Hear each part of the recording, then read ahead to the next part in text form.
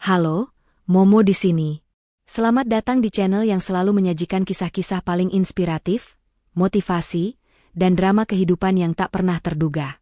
Siapa yang hari ini sudah siap untuk terhanyut dalam sebuah kisah nyata yang akan membuat hati kalian campur aduk? Kalau kalian sudah siap, tolong berikan like untuk video ini sebagai tanda dukungan. Jangan lupa juga subscribe dan aktifkan loncengnya supaya kalian tidak ketinggalan cerita-cerita baru dari Momo. Sebelum kita mulai, yuk kita ramaikan kolom komentar di bawah. Tulis nama kalian, asal kota, dan ketik hadir. Siapa tahu kita bisa jadi kenal lebih dekat, kan? Baiklah, dengarkan baik-baik. Ada yang bilang, cinta itu buta. Tapi apa jadinya kalau rasa cinta yang tulus justru membuat kita buta akan pengkhianatan orang terdekat? Bagaimana rasanya ketika suami yang kita cintai ternyata berselingkuh dengan sahabat terbaik kita? Mungkin banyak yang akan memilih untuk marah, menangis, atau menyerah. Tapi kisah yang akan kita dengar hari ini berbeda. Ini adalah kisah tentang seorang wanita yang memilih jalan paling tak terduga, jalan yang paling menyakitkan, hanya untuk membongkar kebusukan mereka. Ini adalah kisah tentang aku pura-pura lumpuh untuk bongkar kebusukan suami yang selingkuh dengan sahabatku.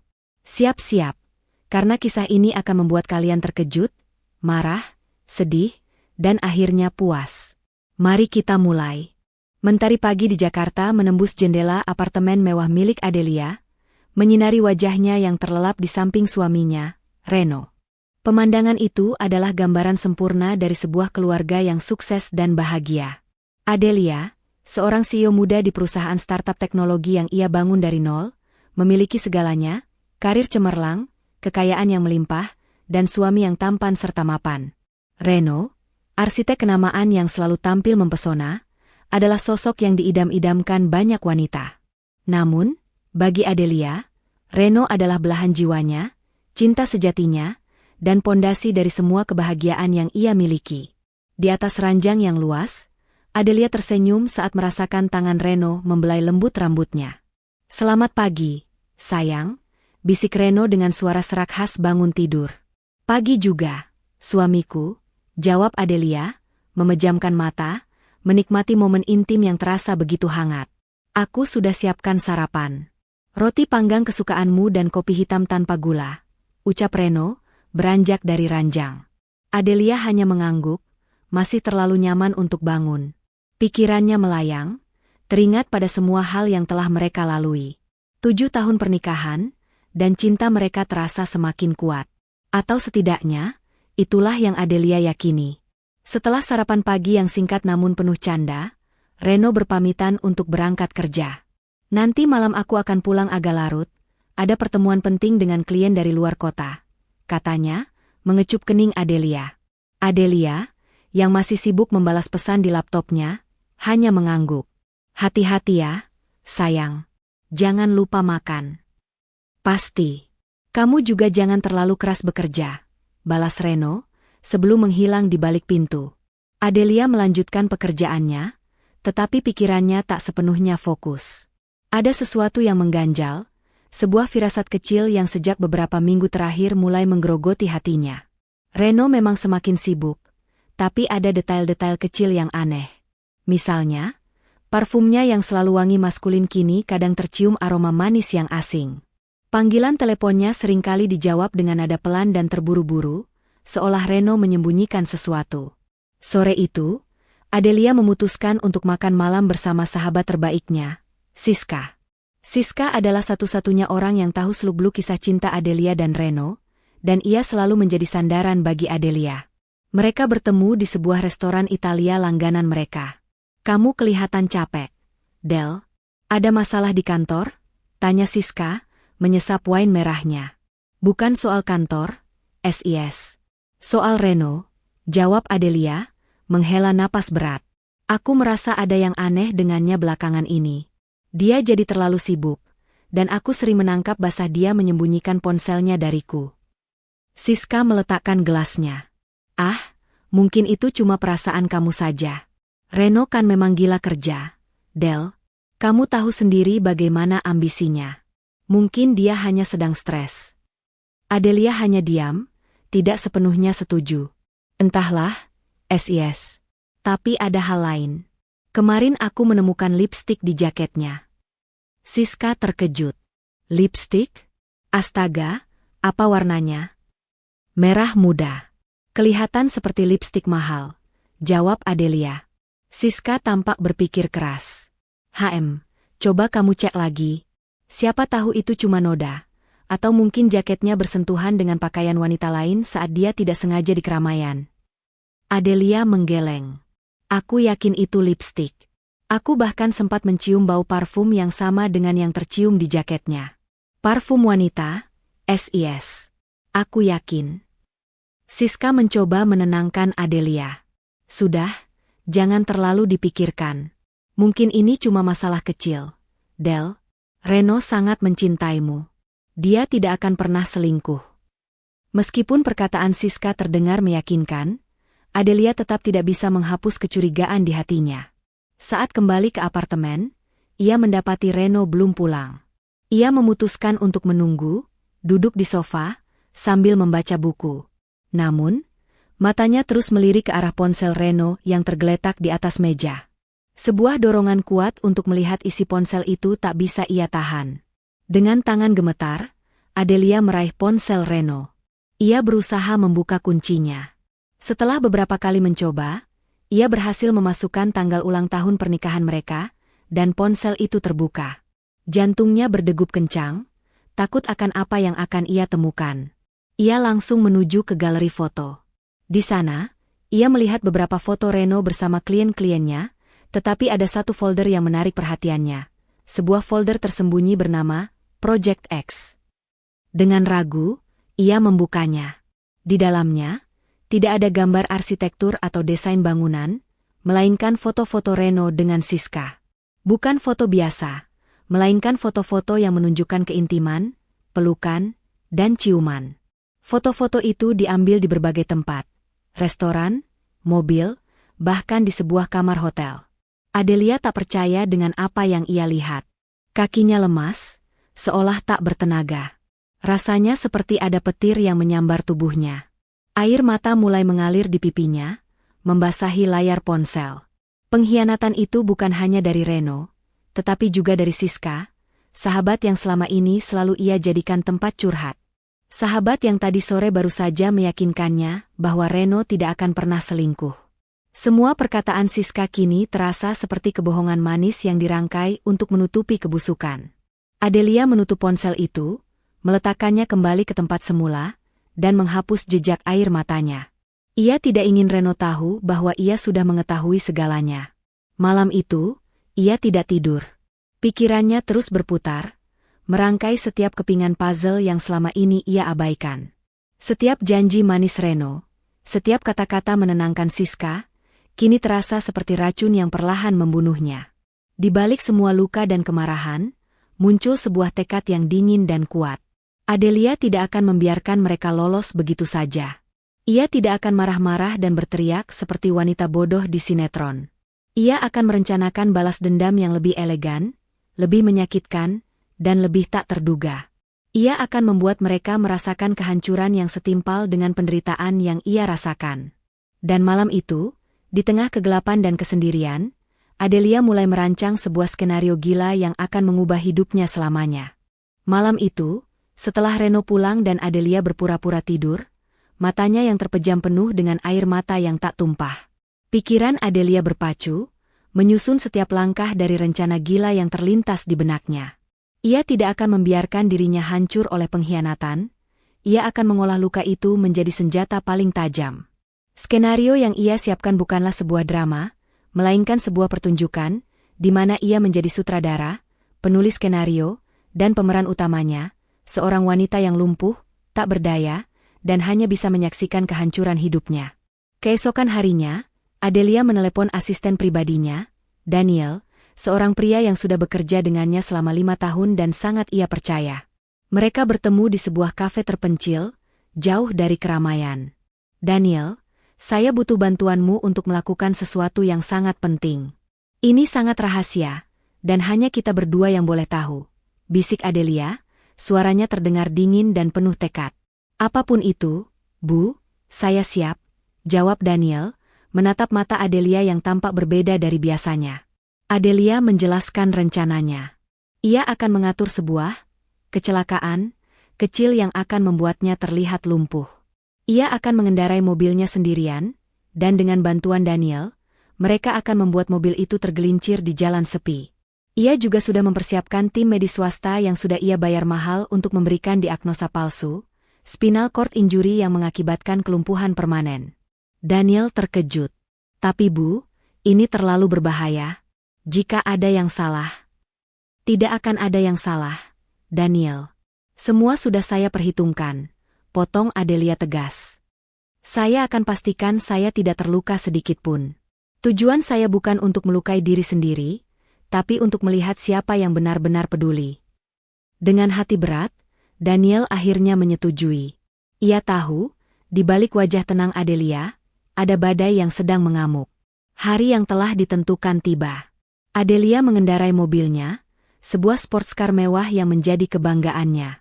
Di jalan tol sepi, sesuai rencana, ia mengirimkan sinyal kepada Daniel.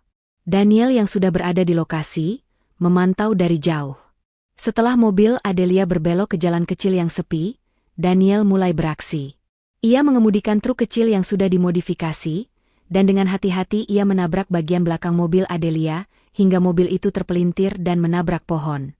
Suara tabrakan itu memekakkan telinga. Adelia, yang sudah memposisikan dirinya dengan benar, pura-pura pingsan. Ketika ia terbangun, ia melihat tim medis palsu yang ia sewa sudah berada di sampingnya. Mereka dengan sigap mengevakuasi Adelia ke rumah sakit. Diagnosis cepat pun dikeluarkan, Adelia mengalami kelumpuhan total. Ia tidak bisa merasakan apapun dari pinggang ke bawah. Berita itu menyebar dengan cepat. Reno, yang sedang berada di kantor, menerima telepon dari Daniel.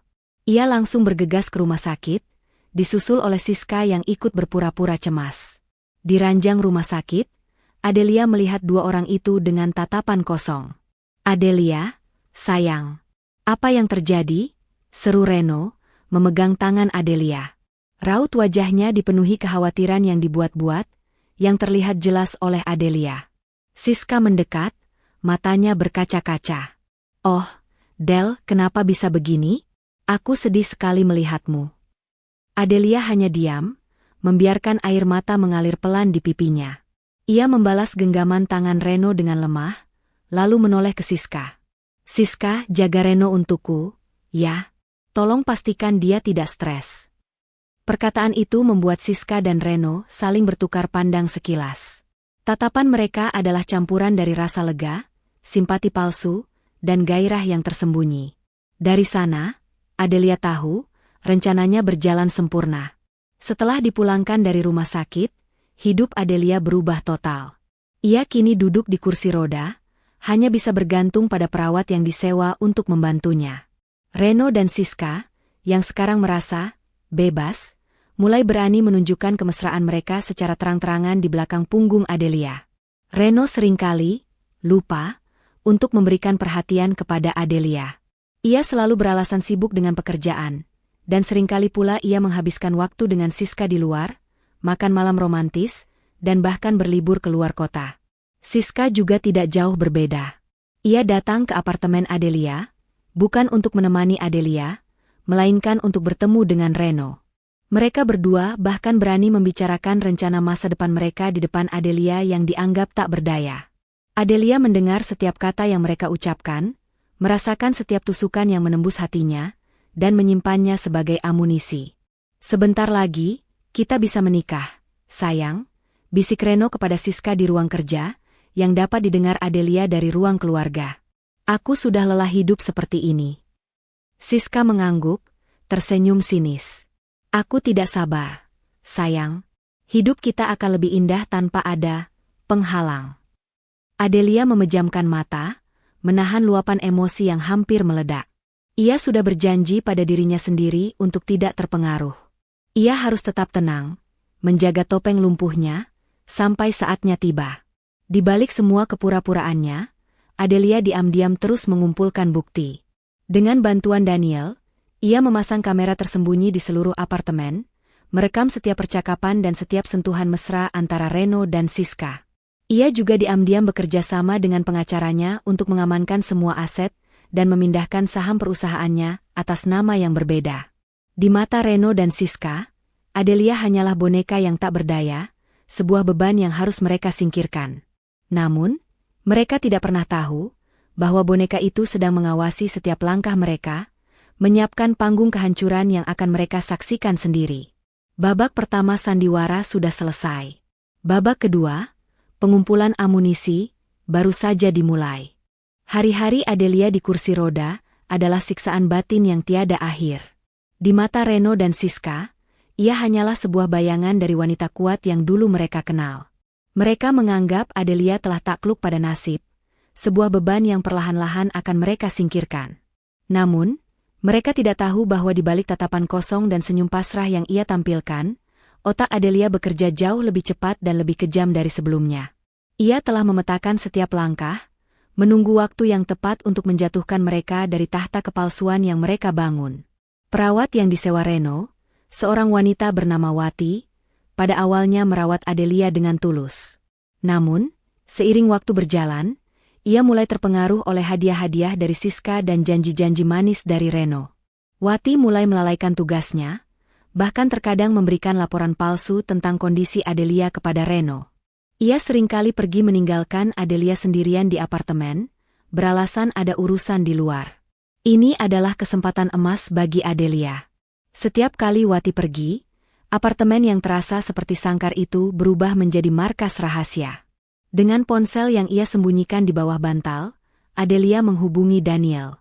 Daniel akan datang diam-diam, membantu Adelia keluar dari kursi rodanya. Di mata Daniel, Adelia adalah sosok wanita paling kuat yang pernah ia temui. Ia menyaksikan bagaimana Adelia, dengan tekad yang membara, memaksakan dirinya untuk melatih otot-otot kakinya yang sebenarnya tidak lumpuh. Dengan bantuan seorang fisioterapis pribadi yang dibayar mahal dan sangat dirahasiakan, Adelia berlatih berjalan, menopang tubuhnya yang sempat melemah karena lama tidak digunakan. Ia harus kuat dan siap untuk hari pembalasan. "Jangan khawatir, Bu. Saya akan pastikan tidak ada yang tahu," ujar Daniel suatu sore, saat ia membantu Adelia mengakhiri sesi latihannya. "Terima kasih, Daniel. Kamu adalah satu-satunya orang yang bisa aku percaya sekarang," jawab Adelia, menghela napas. Ia menatap pantulan dirinya di cermin. Seorang wanita yang tampak lemah, tapi di dalamnya tersimpan kekuatan baja. "Aku akan pastikan mereka berdua membayar mahal untuk ini." Selain melatih fisiknya, Adelia juga bekerja sama dengan pengacara terkemuka, Bapak Wibowo. Di ruang kerja yang terkunci rapat, dengan Daniel sebagai penjaga, Adelia dan Bapak Wibowo merancang strategi hukum. Adelia menyerahkan semua bukti yang ia kumpulkan dari kamera tersembunyi. "Bukti-bukti ini sangat kuat, Nyonya Adelia. Rekaman suara dan video perselingkuhan mereka, transfer uang dari rekening suami Anda ke rekening Nona Siska. Semua ini akan memastikan bahwa Anda mendapatkan semua hak Anda," jelas Bapak Wibowo, membolak-balik berkas di tangannya. Adelia hanya mengangguk, tatapannya dingin. "Saya tidak hanya ingin mendapatkan kembali semua hak saya, Bapak. Saya ingin mereka kehilangan segalanya.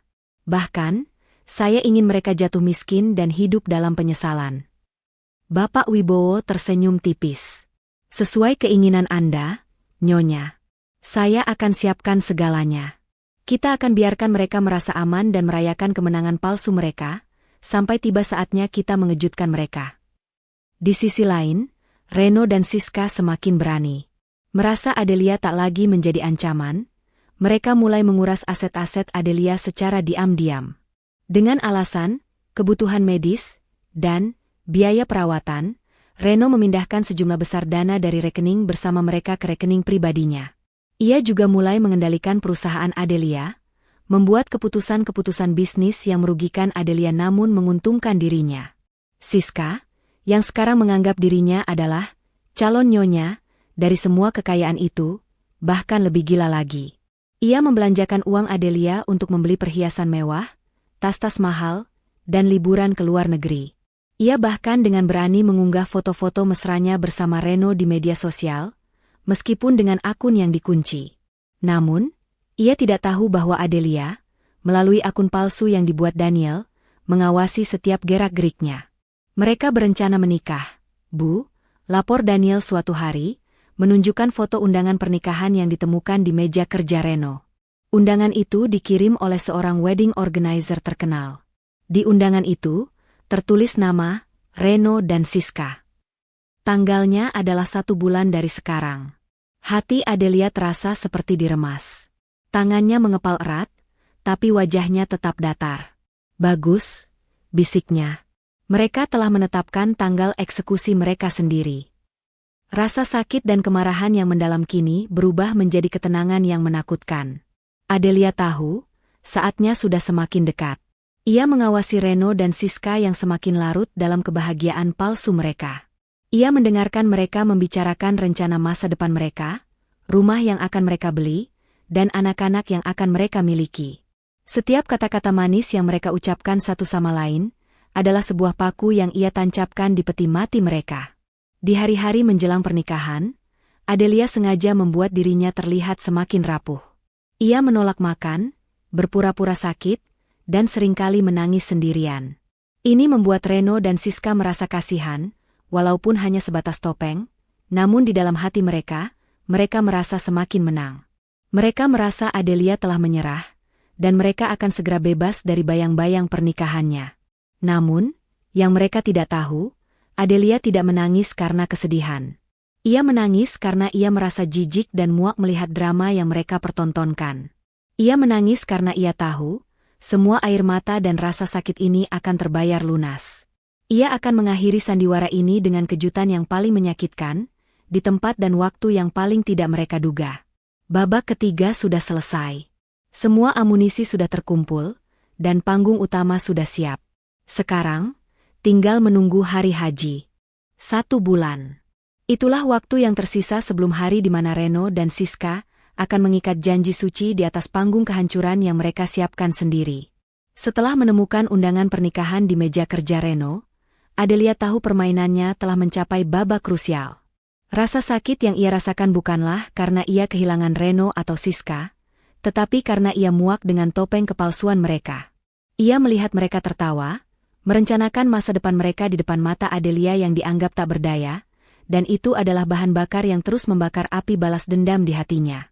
Del, sayang, aku dan Siska ada di ruang keluarga, ya. Kami mau membicarakan sesuatu yang penting, teriak Reno dari balik pintu kamar. Adelia, yang sedang berbaring di tempat tidur, hanya mengangguk pelan, seolah tidak peduli. Ia sudah tahu apa yang akan mereka bicarakan. Reno dan Siska akan melakukan pengumuman formal tentang pernikahan mereka di depan Adelia. Ini adalah ujian terakhir yang paling berat, di mana Adelia harus menjaga sandiwaranya agar tetap meyakinkan. Saat Reno mendorong kursi rodanya ke ruang keluarga, ia melihat Siska sudah duduk manis di sofa, memegang sebuah map besar. Senyum kemenangan yang terpancar di wajah Siska membuat hati Adelia mual. Del, kita sudah memutuskan, ujar Reno, duduk di samping Siska. Tangan mereka bertautan, sebuah pemandangan yang membuat Adelia harus menahan diri agar tidak muntah. Siska dan aku akan menikah.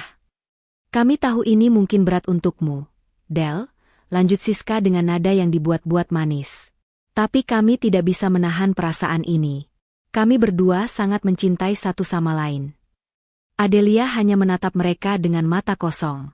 Ia menundukkan kepala, membiarkan rambutnya menutupi wajahnya, seolah-olah ia sedang menahan tangis. Dalam hati, ia tersenyum. Drama mereka begitu murahan. Momo pikir ini adalah hal yang benar untuk kita semua, kata Reno, melanjutkan narasinya sendiri. Kamu butuh seseorang untuk merawatmu, dan Siska ia adalah wanita terbaik untuk itu. Tentu saja. Reno dan Siska bahkan sudah merancang narasi palsu untuk membenarkan perselingkuhan mereka. Reno akan meninggalkan Adelia yang lumpuh untuk menikah dengan Siska, yang mereka klaim akan menjadi perawat terbaik bagi Adelia. Sungguh ironis. Di hari-hari berikutnya, pengumuman itu menjadi santapan publik di lingkaran pertemanan mereka. Reno dan Siska dengan bangga memamerkan kemesraan mereka. Mereka bahkan mengadakan pesta pertunangan kecil yang dihadiri oleh teman-teman dekat. Adelia, tentu saja, tidak diundang. Namun, melalui Daniel, ia mendapat semua informasi tentang pesta tersebut. Adelia, Dengan bantuan Daniel, mengawasi setiap detail. Ia melihat foto-foto yang diunggah oleh Siska di media sosial, di mana Siska berpose dengan gaun pertunangan yang mewah. Di salah satu foto, Reno mencium kening Siska, dan cincin berlian yang berkilau di jari manis Siska adalah cincin yang sama persis dengan yang pernah ia tunjukkan pada Adelia dulu. Adelia tahu, itu adalah cincin yang seharusnya menjadi warisan keluarga suaminya. Tapi sekarang, cincin itu berada di jari wanita lain. Marah? Tentu. Tapi Adelia sudah melampaui fase itu. Ia sekarang merasa jijik. Ia beralih dari rasa sakit menjadi kekuatan. Daniel bahkan terkejut melihat betapa tenang dan terkendalinya Adelia di tengah badai emosi. "Bu, apakah tidak sebaiknya kita berikan kejutan lebih awal?" tanya Daniel suatu pagi, saat ia membantu Adelia berlatih. Melihat mereka bahagia seperti itu membuat saya muak. Adelia menggeleng. "Tidak, Daniel. Biarkan mereka terbang setinggi-tingginya. Semakin tinggi mereka terbang, semakin sakit saat mereka jatuh. Aku akan berikan mereka hadiah terbaik di hari pernikahan mereka." Adelia dan Bapak Wibowo mengadakan pertemuan terakhir untuk menyempurnakan rencana mereka. Semua dokumen perceraian, surat tuntutan hukum, dan bukti-bukti perselingkuhan sudah siap. "Semua sudah di tangan saya, Nyonya Adelia," kata Bapak Wibowo. "Kita akan bergerak tepat pada saat yang paling dramatis. Para wartawan juga sudah saya hubungi. Mereka akan berada di sana untuk meliput pernikahan, tanpa tahu bahwa mereka akan meliput berita yang jauh lebih besar." Adelia tersenyum dingin. "Bagus. Pastikan semua wartawan dari stasiun TV dan media online terkemuka hadir. Aku ingin semua orang tahu kebusukan mereka." 1 minggu sebelum hari H, undangan pernikahan resmi tiba. Reno memberikannya kepada Adelia dengan tatapan kasihan palsu. "Kami ingin kamu datang, Del. Kami ingin kamu menjadi saksi kebahagiaan kami." Adelia mengambil undangan itu dengan tangan gemetar yang dibuat-buat, menatap tulisan, "Renov Siska," di atasnya. Air matanya mengalir, bukan karena sedih, melainkan karena ia tidak bisa menahan tawa melihat betapa bodohnya mereka. Mereka tidak tahu bahwa undangan itu adalah tiket satu arah menuju kehancuran mereka. "Aku akan datang," bisik Adelia pelan, suaranya parau, seolah-olah hatinya benar-benar hancur. Reno tersenyum, mengira Adelia telah menyerah. "Terima kasih, Del. Kamu memang wanita terbaik." Adelia hanya mengangguk. Reno dan Siska melangkah keluar dari kamar Adelia dengan langkah ringan, merayakan kemenangan mereka. Adelia, sendirian di kamar, mengunci pintu dan menatap undangan di tangannya. Ia melipat undangan itu dengan rapi, menyimpan di dalam laci. Ia tahu, di hari itu, ia akan menjadi bintang utama, bukan sebagai tamu yang tak berdaya, melainkan sebagai ratu yang akan menjatuhkan 2 orang pengkhianat. Babak 4 sudah selesai. Semua persiapan sudah matang. Dan kini, hitungan mundur menuju hari pembalasan pun dimulai. Waktu berjalan terasa lambat dan cepat dalam waktu yang bersamaan bagi Adelia. Setiap detik yang berlalu adalah kombinasi antara siksaan batin dan antisipasi yang membakar. Ia harus terus menjaga sandiwara lumpuhnya, membiarkan Reno dan Siska merasa di atas angin, sementara di dalam hati ia menghitung mundur menuju kehancuran mereka. Reno dan Siska semakin tenggelam dalam euforia persiapan pernikahan. Mereka membeli setelan jas dan gaun pengantin yang mewah, memilih tempat bulan madu, dan menyebarkan kabar bahagia mereka ke seluruh dunia. Bagi mereka, hidup akan segera dimulai. Bagi Adelia, hidup mereka akan segera berakhir. 1 minggu sebelum hari H, Adelia dan Daniel mengadakan pertemuan rahasia. Daniel membawa sebuah flash drive yang berisi semua bukti yang telah mereka kumpulkan. Rekaman video dan audio, tangkapan layar percakapan, bukti transfer uang, dan semua dokumen hukum yang telah disiapkan oleh Bapak Wibowo. "Semua sudah di tangan saya, Bu. Ini adalah salinan terakhir," kata Daniel, menyerahkan flash drive itu. "Bagaimana dengan kondisi fisik Ibu? Apakah Ibu siap?" Adelia tersenyum tipis. "Aku siap, Daniel. Aku sudah berlatih setiap hari. Aku bahkan bisa berlari kecil sekarang." Daniel mengangguk, tatapannya penuh kekaguman. "Saya tahu Ibu kuat. Tapi saya tidak akan pernah menyangka Ibu bisa sekuat ini." "Aku tidak sekuat itu," Daniel. Aku hanya punya tujuan, jawab Adelia, menatap keluar jendela.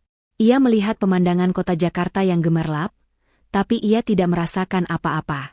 Hatinya sudah mati rasa, menunggu pembalasan yang akan menghidupkannya kembali. Tujuanku adalah membuat mereka merasakan sakit yang sama, atau bahkan lebih parah dari yang mereka berikan padaku. Di sisi lain, Siska sibuk mencoba gaun pengantinnya. Ia mengundang Wati, perawat Adelia yang sekarang lebih loyal kepadanya, untuk menemaninya. Lihat, Wati, gaun ini sempurna, kan? Reno bilang aku akan menjadi pengantin tercantik di dunia, ujar Siska, berputar-putar di depan cermin. Wati tersenyum hambar. Cantik sekali, Nona Siska. Reno akan menjadi suamiku. Aku akan menjadi istri seorang arsitek terkenal, dan aku akan mendapatkan semua hartanya. Bisik Siska, matanya berbinar-binar penuh keserakahan. Dan si lumpuh itu, dia akan terus melihatku bahagia dari kursi rodanya. Bukankah itu akhir yang sempurna? Wati hanya diam, hatinya mulai merasa tidak nyaman. Ia memang dibayar mahal, tapi melihat kebusukan Siska dan Reno yang begitu jelas membuatnya merasa bersalah. Ia tidak tahu bahwa setiap percakapan mereka, setiap gerak-gerik mereka, semuanya terekam oleh kamera tersembunyi yang Adelia pasang. Pada malam sebelum pernikahan, Reno dan Siska mengadakan pesta lajang kecil. Mereka minum, menari, dan tertawa, merayakan kemenangan palsu mereka. Reno mengirimkan pesan teks kepada Adelia, tidur nyenyak, sayang. Besok adalah hari besarku. Adelia membaca pesan itu, dan air mata yang dibuat-buatnya kembali mengalir. Reno mengira itu adalah air mata kesedihan. Ia tidak tahu itu adalah air mata kebahagiaan, air mata antisipasi, dan air mata kemenangan. Pagi hari pernikahan, Adelia bangun pagi-pagi sekali. Dengan bantuan Daniel, ia mengenakan gaun malam yang indah, dirancang khusus untuk hari itu. Gaun itu berwarna merah darah, kontras dengan gaun pengantin putih yang akan dikenakan Siska. Rambutnya disanggul rapi, wajahnya dipoles dengan riasan tipis, dan ia mengenakan anting-anting berlian yang sangat mahal. Ini bukan sekadar penampilan, ini adalah pernyataan. Ia akan menunjukkan bahwa ia adalah ratu yang jatuh, yang kini bangkit kembali untuk menuntut tahtanya. Daniel memandang Adelia dengan kagum. Bu, ibu terlihat sangat cantik hari ini. Ibu terlihat seperti ratu. Adelia tersenyum, senyum yang tidak pernah terlihat di wajahnya sejak kecelakaan itu. Aku adalah ratu, Daniel. Dan sekarang, aku akan menuntut tahtaku kembali. Di apartemen, Reno dan Siska bersiap-siap. Mereka terlihat bahagia, sempurna, seolah-olah tidak ada yang salah. Mereka tidak menyadari bahwa di luar sana, wartawan-wartawan dari berbagai media sudah berkumpul, menunggu sebuah kisah pernikahan yang mereka kira akan sangat romantis. Mereka tidak tahu bahwa kisah yang akan mereka liput jauh lebih dramatis, jauh lebih memilukan, dan jauh lebih memuaskan dari yang mereka bayangkan. Di dalam mobil yang disopiri Daniel, Adelia melihat pantulan dirinya di kaca spion. Ia tidak lagi melihat wanita yang lumpuh, yang patah hati, dan yang lemah. Ia melihat seorang wanita yang bangkit dari abu, seorang wanita yang telah berubah menjadi api. Ia sudah siap. Semua sudah siap. Panggung sudah disiapkan. Para penonton sudah datang. Dan sekarang, saatnya untuk memulai pertunjukan. Pertunjukan yang akan mengakhiri semua sandiwara. Aroma bunga-bunga mahal, gemerlap kristal dari lampu gantung, dan alunan musik klasik yang lembut memenuhi ballroom mewah di sebuah hotel bintang 5. Suasana pernikahan Reno dan Siska begitu sempurna, begitu indah, seolah-olah tidak ada satupun cacat yang menodai kebahagiaan mereka. Reno, mengenakan setelan jas rancangan desainer, tampak gagah berdiri di altar. Di sampingnya, Siska, dalam balutan gaun pengantin putih yang berkilau, terlihat seperti bidadari yang baru turun dari surga. Mereka adalah gambaran sepasang kekasih yang ditakdirkan untuk bersama, di mata para tamu yang tak tahu apa-apa. Namun, di antara para tamu yang bersorak dan tersenyum, ada satu orang yang datang bukan untuk merayakan, melainkan untuk menyaksikan kehancuran. Pintu utama ballroom terbuka perlahan, dan seorang wanita masuk dengan kursi roda. Semua mata menoleh ke arahnya. Wanita itu adalah Adelia. Gaun merah darah yang ia kenakan kontras tajam dengan gaun putih Siska. Gaun itu seperti kobaran api yang masuk ke dalam pesta es. Adelia didorong oleh Daniel, asisten pribadinya yang setia. Wajahnya pucat, ekspresinya kosong, seolah ia adalah patung yang tak berjiwa. Reno dan Siska terkejut melihat kedatangan Adelia, namun dengan cepat mereka menyembunyikan keterkejutan itu di balik topeng kepedulian yang sempurna. Reno tersenyum simpul dan mengangguk ke arah Adelia, seolah ia adalah seorang suami yang baik hati yang mengizinkan mantan istrinya, yang tak berdaya, hadir. Siska melambaikan tangannya dengan manis, seolah ia adalah sahabat yang baik hati yang peduli dengan kondisi Adelia. Daniel memposisikan kursi roda Adelia di barisan belakang, tempat yang sepi dan jauh dari altar. Dari sana, Adelia bisa melihat segalanya. Ia melihat Reno dan Siska saling bertukar janji, mata mereka penuh kebahagiaan palsu, dan senyum mereka begitu sinis. Hati Adelia bergemuruh, sebuah emosi yang tak tertahankan. Ia merasakan kemarahan yang dingin dan tajam, namun ia tahu ini bukan waktunya. Pendeta memulai upacara.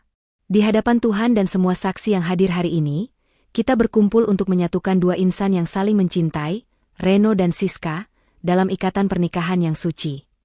Adelia mengepalkan tangannya. Ia melihat Reno dan Siska bertukar cincin, dan jantungnya terasa seperti ditusuk. Cincin berlian itu, cincin yang seharusnya menjadi miliknya. Sekarang, saya bertanya kepada kalian semua yang hadir. Suara pendeta menggaung di seluruh ruangan, apakah ada di antara kalian yang menentang pernikahan ini? Seketika, seluruh ruangan menjadi hening. Ini adalah momen yang paling ditunggu Adelia. Ia menatap Reno dan Siska yang saling berpandangan, senyum kemenangan terukir jelas di wajah mereka. Mereka tidak tahu bahwa ini adalah saat terakhir mereka bisa tersenyum. Dengan kekuatan yang ia kumpulkan selama berbulan-bulan, Adelia menarik napas dalam-dalam.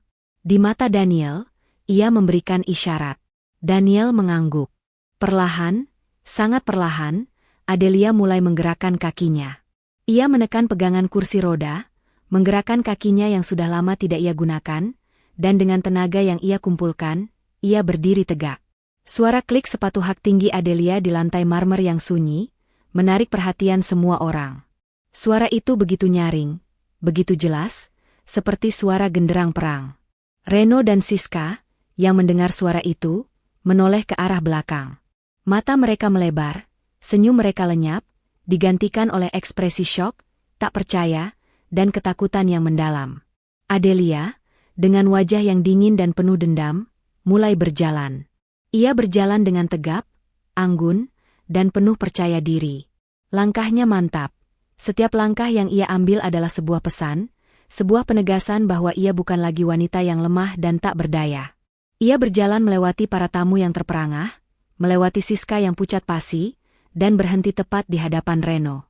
"Aku menentang pernikahan ini," bisik Adelia, suaranya terdengar jelas di seluruh ruangan yang hening. "Adelia, sayang, kenapa kamu?" Gumam Reno, suaranya tercekat. Ia tidak bisa melanjutkan perkataannya. Ia menatap Adelia, tidak bisa mempercayai apa yang ia lihat. Adelia tersenyum dingin. "Kenapa aku bisa berdiri? Apakah itu yang ingin kamu tanyakan? Reno, apakah kamu terkejut?" Ia melirik ke arah Siska yang kini menangis dan gemetar. "Atau mungkin kamu terkejut melihat sahabatmu yang lumpuh, tiba-tiba bisa berdiri dan menghancurkan hari paling bahagiamu." Siska melangkah maju. "Adelia, apa yang kamu lakukan? Kamu gila." "Gila? Ya, aku gila. Gila karena mencintai seorang pria yang ternyata berhati busuk dan seorang sahabat yang ternyata berkhianat," balas Adelia. Ia menoleh ke arah para tamu. "Kalian semua datang untuk menyaksikan sebuah pernikahan, tapi yang akan kalian saksikan hari ini adalah sebuah pengkhianatan." Dengan isyarat dari Adelia, Daniel mengoperasikan layar besar di belakang altar. Layar itu menyala, menampilkan sebuah video.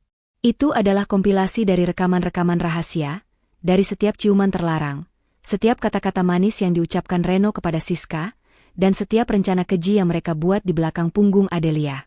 Suara-suara mereka terdengar jelas di seluruh ruangan. Ruangan itu dipenuhi bisik-bisik, tawa sinis, dan tatapan jijik dari para tamu. Wajah Reno dan Siska memerah, bukan karena cinta, melainkan karena malu yang mendalam.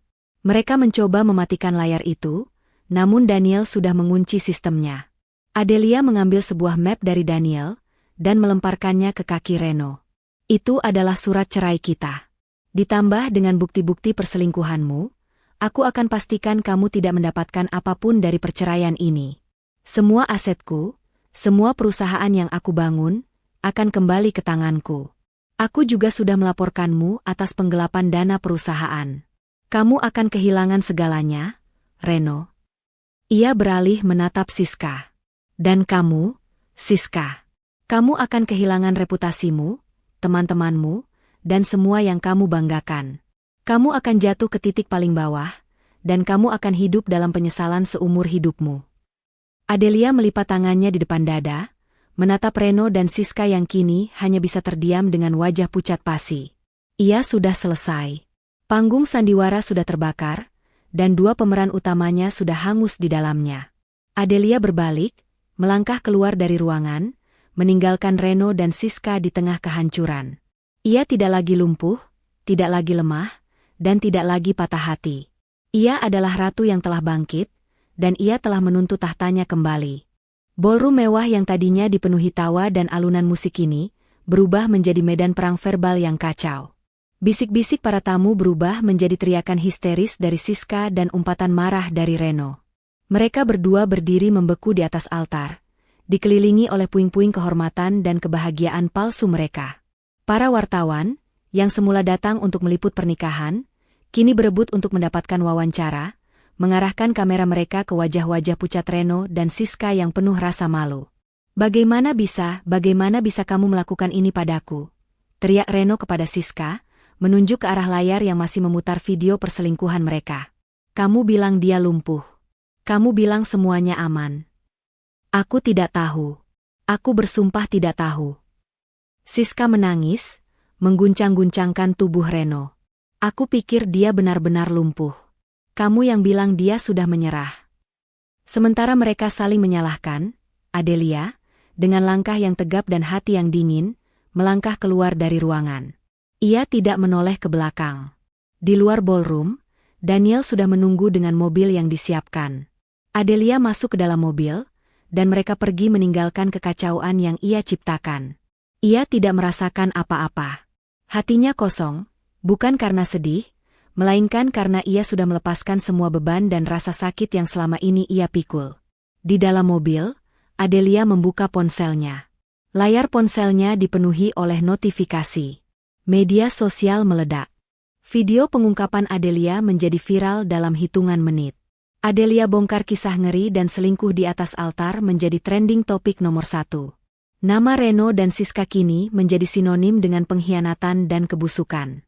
Pagi berikutnya, Adelia bangun di sebuah apartemen baru yang ia beli secara rahasia. Apartemen itu minimalis, tenang, dan tidak ada jejak masa lalunya di sana. Ia merasa seperti terlahir kembali. Ia tidak lagi melihat dirinya sebagai korban, melainkan sebagai seorang pemenang. Tentu saja, pertarungan belum berakhir. Reno dan Siska, setelah berhasil kabur dari keramaian wartawan, pulang ke apartemen yang selama ini mereka jadikan sarang perselingkuhan. Mereka terkejut menemukan apartemen itu sudah kosong. Semua barang-barang berharga, perhiasan, pakaian mahal Siska, dan bahkan furnitur, sudah menghilang. Yang tersisa hanyalah kekosongan dan kenangan pahit yang tak terhapuskan. Apa yang terjadi? Siapa yang mengambil semua ini? Teriak Siska, histeris. Ia berlari ke lemari pakaian, hanya untuk menemukan lemari itu kosong. Adelia. Pasti Adelia. Reno meraung, matanya merah. Ia mencoba menelepon Adelia, namun nomornya sudah tidak aktif. Ia mencoba menelepon Daniel, namun Daniel juga tidak bisa dihubungi. Saat itu, pintu apartemen mereka diketuk. Seorang kurir datang, menyerahkan sebuah surat. Reno membuka surat itu, dan matanya membelalak. Itu adalah surat perintah pengosongan apartemen, ditandatangani oleh Bapak Wibowo. Apartemen itu, yang selama ini mereka kira adalah milik Reno, ternyata adalah milik perusahaan Adelia. Seolah itu belum cukup, telepon Reno berdering. Itu adalah bank. Mereka memberitahu Reno bahwa semua rekeningnya telah diblokir, dan semua asetnya disita. Atas perintah Nyonya Adelia, kata petugas bank itu, tanpa nada kasihan. Reno juga menerima email dari kantornya, memberitahukan bahwa ia dipecat dan semua proyeknya dibatalkan. Reputasinya sebagai arsitek terkenal hancur seketika. Di tempat lain, Siska juga mengalami nasib serupa. Ia menerima pesan dari teman-temannya, yang memaki-maki dan memutus pertemanan. Reputasinya sebagai seorang desainer interior yang glamor hancur lebur. Semua kliennya membatalkan kontrak, dan ia menjadi bahan olok-olok di media sosial. Sore itu, Reno dan Siska bertemu di jalan. Mereka tidak lagi mengenakan pakaian mewah. Mereka mengenakan pakaian sederhana, terlihat lusuh dan lelah. Mereka berdua kehilangan segalanya, bahkan tempat tinggal. Mereka duduk di sebuah taman, menatap ke arah billboard raksasa yang menampilkan wajah Adelia, yang kini menjadi ikon kekuatan dan keteguhan hati. Wajah Adelia di iklan itu tersenyum, bukan senyum sinis atau kemenangan, melainkan senyum yang tulus, senyum dari seorang wanita yang telah menemukan kedamaian. Reno menatap Siska. Siska menatap Reno. Mata mereka kosong, tidak ada cinta, tidak ada gairah, hanya ada penyesalan dan kebencian. Mereka tahu, mereka sudah tidak memiliki apa-apa lagi. Mereka telah kehilangan segalanya, dan mereka hanya memiliki satu sama lain. Sebuah hukuman yang paling menyakitkan bagi mereka berdua. Mereka berdua akan hidup bersama, namun bukan sebagai sepasang kekasih yang bahagia, melainkan sebagai dua orang yang saling membenci, terperangkap dalam neraka yang mereka ciptakan sendiri. Sementara itu, Adelia, dari apartemennya yang tenang, melihat berita di televisi. Ia melihat Reno dan Siska diwawancarai oleh wartawan. Wajah mereka pucat, mata mereka sembab, dan kata-kata mereka terdengar seperti permintaan maaf yang putus asa. Adelia tidak merasakan puas. Ia hanya merasakan sebuah kedamaian. Pertarungannya sudah selesai. Ia telah membuktikan bahwa kebohongan tidak akan pernah bisa bertahan selamanya. Ia menoleh ke arah jendela, menatap ke arah langit malam yang bertaburan bintang. Ia tahu, hidupnya yang baru akan segera dimulai. Ia akan kembali menjadi Adelia yang dulu, yang kuat, yang cerdas, dan yang penuh cinta. Hanya saja, kali ini, ia akan mencintai dirinya sendiri terlebih dahulu. 2 bulan telah berlalu sejak insiden di pernikahan itu. Berita tentang kehancuran Reno dan Siska masih menjadi buah bibir, tapi bagi Adelia, semua itu sudah menjadi masa lalu. Ia kini tinggal di sebuah apartemen sederhana, jauh dari kemewahan yang dulu mengelilinginya. Ia meninggalkan semua asetnya, termasuk perusahaan yang ia bangun, untuk dikelola oleh Daniel, yang kini ia promosikan menjadi CEO. Adelia hanya mengambil sedikit uang, cukup untuk memulai hidup baru yang tenang dan damai. Ia ingin melupakan masa lalunya, dan menemukan kembali jati dirinya yang hilang. Di sisi lain, kehidupan Reno dan Siska adalah neraka yang nyata. Setelah diusir dari apartemen, dipecat dari pekerjaan, dan ditinggalkan oleh semua teman mereka terpaksa hidup dalam kemiskinan. Mereka menyewa sebuah kamar kontrakan kecil di pinggir kota. Reno, yang tadinya arsitek terkenal, kini bekerja sebagai buruh bangunan, memanggul semen dan bata. Sementara Siska, yang tadinya desainer interior glamor, kini bekerja sebagai pelayan di sebuah warung makan kecil, mencuci piring dan melayani pelanggan dengan wajah yang selalu cemberut. Setiap hari, mereka saling menyalahkan. Ini semua salahmu, Siska. Kalau saja kamu tidak mengatakan Adelia lumpuh, ini tidak akan terjadi. Teriak Reno, suatu malam, saat mereka makan nasi bungkus yang mereka beli dengan sisa uang. Salahku? Kamu yang selingkuh, Reno. Kamu yang menjanjikan aku segalanya. Balas Siska, air matanya mengalir. Kita seharusnya bahagia sekarang, tapi kita justru menderita. Mereka tidak lagi melihat satu sama lain sebagai sepasang kekasih. Mereka hanya melihat 2 orang yang saling membenci, terikat oleh kehancuran yang mereka ciptakan bersama. Cinta mereka, yang dibangun di atas kebohongan, kini hancur berkeping-keping. Suatu sore, saat Reno sedang dalam perjalanan pulang, ia melewati sebuah kafe kecil yang ramai. Di dalamnya, ia melihat seorang wanita duduk di bangku, membaca buku, dengan senyum yang tulus di wajahnya. Wanita itu adalah Adelia. Rambutnya kini dipotong pendek. Ia mengenakan pakaian sederhana, dan ia tidak lagi membawa tas tangan mahal. Adelia terlihat berbeda, lebih damai, dan lebih bahagia. Reno membeku di tempatnya. Ia tidak percaya dengan apa yang ia lihat. Adelia, yang selama ini ia kira lumpuh, kini terlihat sempurna. Matanya memerah, air mata mulai mengalir di pipinya. Ia menyadari semua yang ia lewatkan.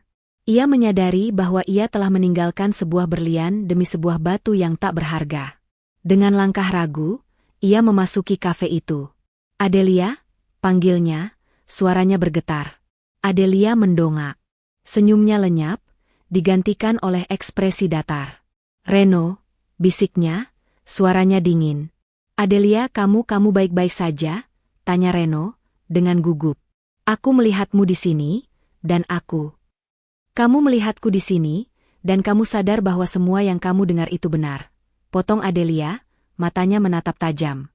Kamu sadar bahwa aku tidak lumpuh, dan kamu sadar bahwa kamu telah kehilangan segalanya. Reno menundukkan kepalanya. Aku minta maaf, Adelia. Aku menyesal. Aku salah. Aku tidak seharusnya melakukan ini padamu. Adelia hanya diam, membiarkan Reno tenggelam dalam penyesalannya. Tiba-tiba, pintu kafe terbuka, dan Siska masuk. Ia melihat Reno dan Adelia duduk berdua, dan matanya melebar. Reno, apa yang kamu lakukan di sini? Kenapa kamu bertemu dengan wanita lumpuh itu? Teriaknya, lupa bahwa Adelia tidak lagi lumpuh. Siska mendekat, dan saat ia melihat Adelia berdiri, ia membeku. Wajahnya pucat pasi, dan ia tidak bisa mengucapkan sepatah kata pun. Lumpuh? Apakah kamu masih berpikir aku lumpuh? Siska? Tanya Adelia, suaranya dipenuhi oleh ejekan yang dingin. Kamu dan Reno, kalian berdua sangat bodoh. Kalian begitu terobsesi dengan kehancuran palsuku, sampai-sampai kalian tidak melihat kehancuran nyata yang kalian ciptakan sendiri. Siska menangis, matanya dipenuhi penyesalan.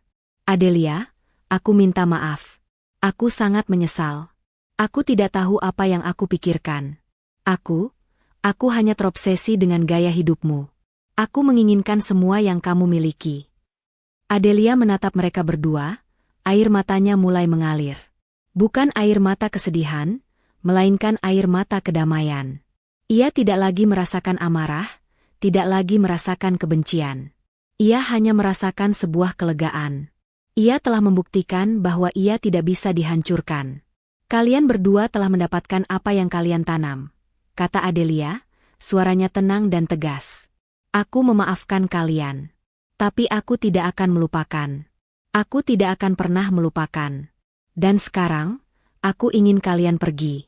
Pergi, dan jangan pernah muncul lagi di hadapanku. Reno dan Siska menatap Adelia, air mata mengalir di pipi mereka. Mereka tidak bisa membantah. Mereka tahu, mereka telah kehilangan kesempatan terakhir untuk mendapatkan pengampunan. Mereka berbalik, dan dengan langkah yang berat, mereka meninggalkan kafe itu. Mereka berjalan di bawah langit senja, dua orang yang hancur, dua orang yang saling membenci, terperangkap dalam kehampaan yang tak berujung. Adelia, sendirian di kafe, menatap ke arah mereka. Ia tersenyum, bukan senyum kemenangan, melainkan senyum yang tulus, senyum dari seorang wanita yang telah menemukan kedamaian. Ia tahu, hidupnya yang baru akan segera dimulai. Ia akan kembali menjadi Adelia yang dulu, yang kuat, yang cerdas, dan yang penuh cinta. Hanya saja, kali ini, ia akan mencintai dirinya sendiri terlebih dahulu. 3 tahun telah berlalu.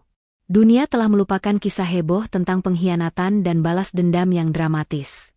Adelia, yang kini tinggal di sebuah kota kecil yang tenang, telah menemukan kedamaian yang selama ini ia cari. Ia membuka sebuah toko buku kecil, tempat di mana ia bisa menghabiskan hari-harinya dikelilingi oleh cerita-cerita yang menginspirasi. Rambut pendeknya kini tumbuh panjang, dan senyum yang tulus selalu terpancar di wajahnya. Ia tidak lagi mengejar kekayaan atau status, ia hanya mengejar kebahagiaan. Di sisi lain, kehidupan Reno dan Siska adalah sebuah penderitaan yang tak berujung. Setelah kehilangan segalanya, mereka terpaksa pindah dari satu tempat ke tempat lain, bekerja serabutan, dan hidup dalam kemiskinan yang menyakitkan. Reno, yang dulu seorang arsitek ternama, kini bekerja sebagai kuli bangunan, tangannya kasar, dan wajahnya dipenuhi keriput. Sementara Siska, yang dulu glamor dan penuh gaya, kini bekerja sebagai asisten rumah tangga, membersihkan rumah-rumah orang, dan mengenakan pakaian lusuh. Suatu hari, saat Adelia sedang melayani pelanggan di toko bukunya, pintu toko terbuka, dan seorang wanita masuk dengan wajah yang pucat dan kurus. Wanita itu adalah Siska. Matanya sembab, rambutnya berantakan, dan pakaiannya lusuh. Ia berjalan mendekat ke Adelia, tangannya gemetar. "Adelia, aku ingin bicara denganmu," bisiknya, suaranya parau. Adelia menatap Siska, matanya dipenuhi oleh rasa iba. "Ada apa, Siska?" Aku minta maaf, Adelia. Aku benar-benar minta maaf. Aku tahu, apa yang aku lakukan padamu tidak bisa dimaafkan. Tapi aku ingin kamu tahu bahwa aku menyesal. Aku menyesal telah mengkhianatimu. Aku menyesal telah menghancurkan hidupmu, kata Siska, air matanya mengalir di pipinya. Adelia hanya diam, membiarkan Siska berbicara. Ia tidak lagi merasakan amarah atau kebencian. Ia hanya merasakan sebuah kelegaan. Tiba-tiba, pintu toko terbuka lagi, dan seorang pria masuk. Pria itu adalah Reno. Wajahnya yang dulu tampan kini terlihat tua dan lelah. Matanya kosong, dan langkahnya berat. Ia melihat Adelia dan Siska, dan ia menundukkan kepalanya. "Adelia, aku juga ingin minta maaf," bisiknya, suaranya bergetar. Aku adalah pria paling bodoh di dunia. Aku telah meninggalkan wanita paling berharga demi wanita yang tidak mencintaiku. Aku menyesal." Adelia menatap mereka berdua. Ia melihat dua orang yang hancur, dua orang yang menderita, dua orang yang telah mendapatkan hukuman yang setimpal. Ia tidak lagi ingin membalas dendam. Ia hanya ingin mereka menemukan kedamaian. "Aku memaafkan kalian," kata Adelia, suaranya tenang dan tegas. "Aku memaafkan kalian, tapi aku tidak bisa melupakan apa yang telah kalian lakukan. Aku tidak bisa melupakan rasa sakit yang kalian berikan padaku. Tapi aku memilih untuk memaafkan, karena aku tahu, dengan memaafkan, aku bisa melepaskan semua beban yang ada di hatiku." Siska dan Reno menatap Adelia, air mata mengalir di pipi mereka. Mereka tahu, mereka telah kehilangan kesempatan terakhir untuk mendapatkan pengampunan. Mereka berbalik, dan dengan langkah yang berat, mereka meninggalkan toko buku itu. Mereka berjalan di bawah langit senja, dua orang yang hancur, dua orang yang saling membenci, terperangkap dalam kehampaan yang tak berujung. Adelia, sendirian di toko bukunya, menatap ke arah mereka. Ia tersenyum, bukan senyum kemenangan, melainkan senyum yang tulus, senyum dari seorang wanita yang telah menemukan kedamaian. Ia tahu, hidupnya yang baru akan segera dimulai. Ia akan kembali menjadi Adelia yang dulu, yang kuat, yang cerdas, dan yang penuh cinta. Hanya saja, kali ini, ia akan mencintai dirinya sendiri terlebih dahulu. 3 tahun telah berlalu sejak Adelia, Reno, dan Siska terakhir kali bertemu. Dunia sudah bergerak maju, dan nama mereka perlahan memudar dari ingatan publik. Adelia, dengan toko bukunya yang sederhana, menemukan kebahagiaan yang tidak pernah ia rasakan di puncak kekuasaan. Ia menemukan cinta baru pada dirinya sendiri, pada kedamaian yang ia ciptakan, dan pada hal-hal kecil yang dulu ia abaikan. Toko bukunya menjadi tempat di mana ia tidak hanya menjual buku, tetapi juga cerita, harapan, dan inspirasi. Suatu sore, saat Adelia sedang merapikan rak buku, seorang pria masuk. Pria itu adalah Daniel, asisten pribadinya yang setia, yang kini menjadi CEO perusahaan Adelia. Ia datang dengan senyum di wajahnya. "Bu, saya datang untuk memberitahu Ibu bahwa perusahaan kita sudah menjadi perusahaan teknologi terbesar di Asia. Kita sudah mengambil alih beberapa perusahaan besar, dan kita juga sudah mengambil alih perusahaan bekas Reno," kata Daniel, matanya berbinar-binar. "Ibu adalah CEO yang paling sukses yang pernah saya temui." Adelia hanya tersenyum. "Daniel, itu semua berkat kerja kerasmu. Kamu yang membuat perusahaan itu sukses. Aku hanya memberikan pondasi." "Tidak, Bu. Ibu yang memberikan pondasi itu." Ibu yang memberikan inspirasi, kata Daniel, matanya dipenuhi rasa hormat. Ibu adalah wanita paling kuat yang pernah saya temui. Adelia hanya tersenyum. Ia tidak lagi mengejar kekuasaan, ia hanya mengejar kebahagiaan. Ia tahu, dengan melepaskan, ia bisa mendapatkan segalanya. Di tempat lain, kehidupan Reno dan Siska adalah sebuah penderitaan yang tak berujung. Mereka masih terperangkap dalam kehampaan yang mereka ciptakan sendiri. Mereka saling menyalahkan, saling membenci, dan tidak pernah bisa menemukan kedamaian. Mereka berdua bekerja serabutan, dan setiap hari mereka saling mengutuk. Suatu malam, saat mereka sedang makan nasi bungkus, Siska menatap Reno. Reno, aku lelah hidup seperti ini. Aku lelah saling menyalahkan. Aku lelah membencimu. Reno hanya diam. Aku merindukan masa lalu, Reno. Aku merindukan saat kita bahagia. Aku merindukan saat kita memiliki segalanya, kata Siska, air matanya mengalir. Aku tahu, ini semua salah kita. Kita yang membuat kehancuran ini. Reno menatap Siska, matanya dipenuhi penyesalan. Aku juga, Siska. Aku juga menyesal. Aku adalah pria paling bodoh di dunia. Aku telah meninggalkan wanita paling berharga demi wanita yang tidak mencintaiku. Kita berdua adalah orang yang paling malang di dunia. Mereka berdua menangis. Mereka tahu, mereka tidak bisa kembali. Mereka tahu, mereka tidak bisa mengubah masa lalu. Mereka hanya bisa hidup dengan penyesalan yang tak berujung. Adelia, dari toko bukunya, menatap ke arah langit malam yang bertaburan bintang.